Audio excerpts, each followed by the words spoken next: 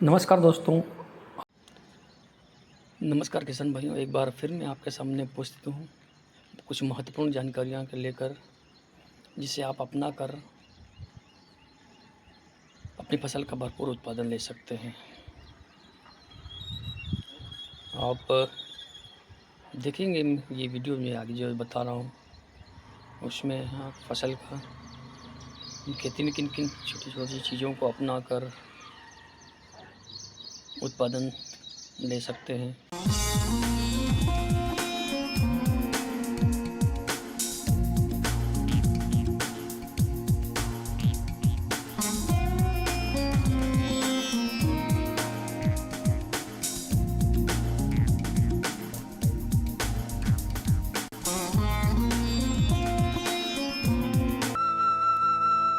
भारत एक देश जो विविधताओं से भरा है। समृद्ध परंपरा के दम पर वर्तमान को खुशहाल बनाने की कोशिश हर ओर हो रही है। कृषि का क्षेत्र भी इससे अलग नहीं है। जिस खेती पर आधी से अधिक जनसंख्या निर्भर हो, वहां बदलाव और प्रयोग समय समय पर देखने को मिलते रहते हैं। समय की मांग के अनुसार एक शानदार विकल्प के रूप में सामने आई है जैविक खेती। जैविक का मतलब है पूरी तरह प्राकृतिक। रासायनिक उर्वरकों और कीटनाशकों के प्रयोग से होने वाले नुकसान के बीच जैविक खेती एक उम्मीद है बेहतर स्वास्थ्य के लिए। देश भर के किसान इस ओर आगे आ रहे हैं। कुछ संस्थान ऐसे भी हैं जो जैविक खेती की दिशा में महत्वपूर्ण काम कर रहे हैं। राष्ट्रीय राजधानी क्षेत्र के गाजियाबाद का एक ऐसा ही संस्थान है राष्ट्रीय जैविक खेती केंद्र। ये जैविक खेती के प्रसार के साथ साथ किसान कल्याण के लिए कई तरह के कार्य भी कर रहा है। राष्ट्रीय जैविक खेती केंद्र गाजियाबाद 2004 साल में इसकी स्थापना हुई राष्ट्रीय जैविक खेती परियोजना के अंतर्गत। उसके बाद पूरे देश में जैविक खेती के निर्माण और प्रचार प्रसार के लिए निरंतर हम काम कर रहे हैं। कई प्रकार की ट्रेनिंग हम देते हैं किसानों को, विद्यार्थियों को जो किसी में स्नातक है, इन विद्यार्थियों को भी ट्रेनिंग देते हैं एक महीने के लिए।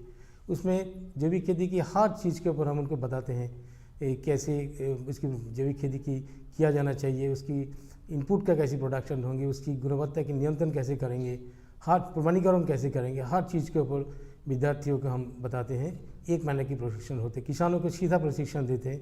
इसके अलावा भी तकनीक क्या होना चाहिए जैविक खेती के ऊपर, किस तरीके से किसान कम लागत में खेती करेंगे, किस तरीके से किसान अपना ही पास उपलब्ध प्राकृतिक संसाधन से खाद बनाकर कम लागत में खेती करेंगे, इसके ऊपर भी हम प्रशिक्षण देते हैं किसानों को सीधा।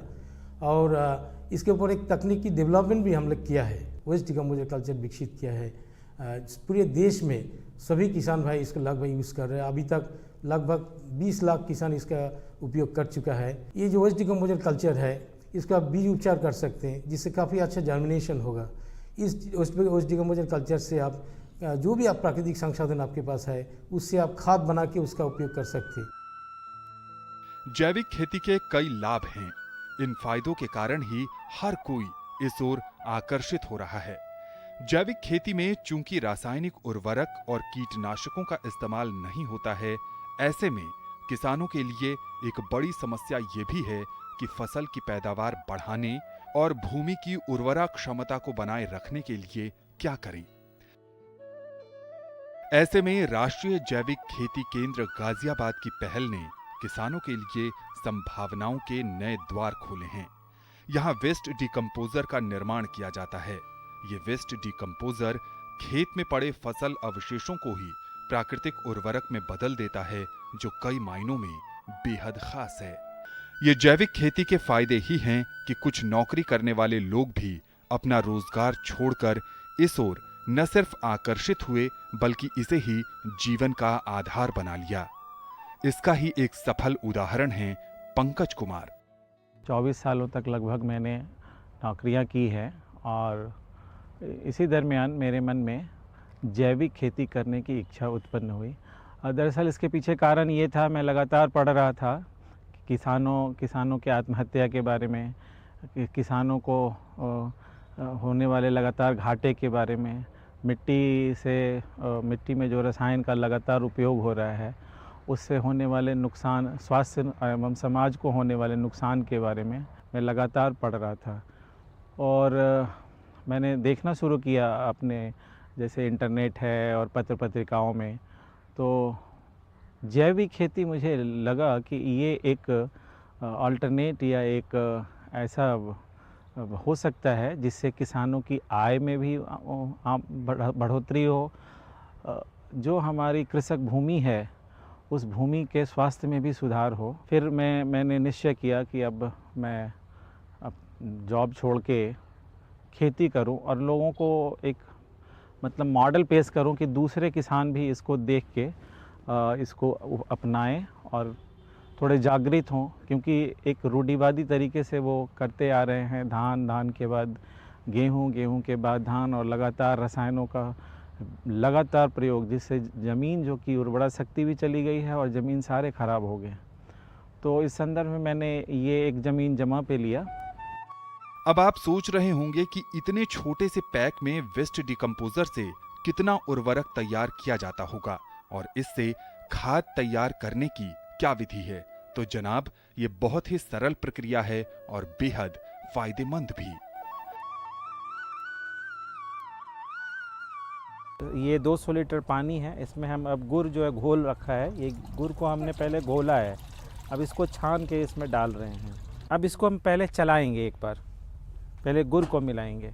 उसके बाद ये बॉटल है, इस बॉटल को हम इसका ढक्कन खोलेंगे, इसमें खरोच के हम इसमें डालते हैं। हम इसको लगातार चलाएंगे, बस इसको घुमा के और इसको ढक के रखेंगे। जाड़े का समय है, उत्तर भारत के किसानों को 5, 6, 7 बार चलाना पड़ेगा। गर्मी में केवल सुबह शाम चलाएंगे, ये 6-7 दिनों में तैयार हो जाएगा। इसमें झाग आएगा, इसका तैयार हो गया। इसके पहचान का तरीका ये है, एक बार जब ड्रम में घोल तैयार हो गया तो फिर खेतों में इसका छिड़काव किया जाता है और वहीं तैयार होता है जैविक उर्वरक।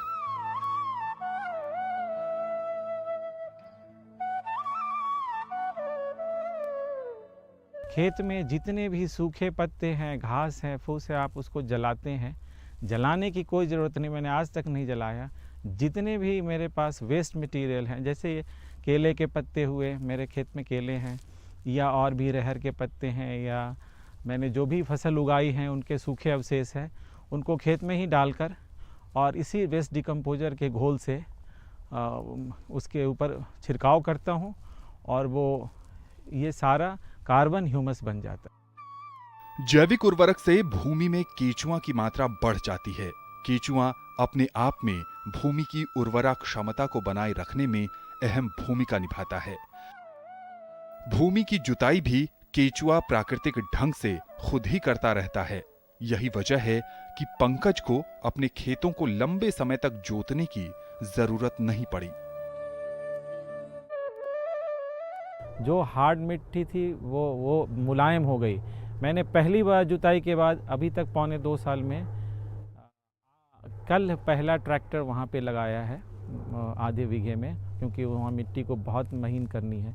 नहीं तो पूरे खेत में जितने भी अभी तक कार्य हुए हैं, अभी तक ट्रैक्टर और जुताई नहीं हुई है। इस मिट्टी में केचुए भरपूर मात्रा में आ गए हैं। मिट्टी बहुत ही मुलायम हो गई है, बहुत ढीली हो गई है। केवल खुरपी और फावड़े के प्रयोग से ही सारा बिजाई हो जाता है, सारे पौधे लगते हैं और इसमें जुताई की अभी ज़रूरत नहीं हुई है। अभी 2 साल होने वाले हैं, दोबारा ट्रैक्टर की ज़रूरत नहीं हुई। केचुआ बहुत मात्रा में इस ज़मीन में है। पंकज ने अपनी मेहनत और कुछ नया करने की कोशिश के तहत एक अलग मकाम बनाया है। अरहर की खेती तो आपने खूब देखी होगी और पौधों की लंबाई से भी आप परिचित होंगे, लेकिन पंकज के खेतों में अरहर के पौधों की लंबाई सबको बहुत कुछ सोचने पर विवश करती है। ये लंबे पौधे जैविक खेती की सफलता बयां कर रहे हैं। अच्छी बात यह है कि इन्होंने अरहर के बीच बीच में पपीता भी लगाया है, जो मुनाफा बढ़ाने में सहायक साबित हो रहा है। अरहर के खेत में मैंने पपीते लगाए हैं। ये जो किस्म है रेड लेडी का, इसको फरवरी मार्च के महीने में या फिर सितंबर तक लगाया जाता है। लेकिन मैंने इजाद की है बॉटल, उसमें से आप अपने खेत की जो भूमि है उसको सुधार करने के लिए उसका इस्तेमाल किया जा सकता है। उस वेस्ट डिकम्पोजर कल्चर के इस्तेमाल से हम अपने खेत में जब पानी लगाते हैं तो 200 लीटर प्रति एकड़ के मात्रा से अगर हम सिंचाई के माध्यम से अगर ज़मीन में देंगे तो ज़मीन में की जो उर्वरा शक्ति है वो बढ़ेगी, और साथ ही साथ उस कल्चर में से उस अलग प्रकार के जो एंजाइम्स, बैक्टीरिया, जो विभिन्न प्रकार की जो माइक्रोफ्लोरा सॉइल में होती है उसको बढ़ने के लिए उसको मदद करता है। और वेस्ट डिकम्पोजर के इस्तेमाल से आपके खेत में जो आज तक केचुए जो रासायनिक इस्तेमाल करने से जो लुप्त हो गए थे उसकी मात्रा बढ़ जाएगी, और उसकी मात्रा बढ़ने से आपकी ज़मीन में उपजाऊपन और मिट्टी में भुरभुरापन आएगा। तो वेस्ट डिकम्पोजर इस्तेमाल करने से ज़मीन का सुधार अगर हो जाता है। पंकज जैसे किसानों की सफलता दूसरे किसानों को प्रेरित कर रही है।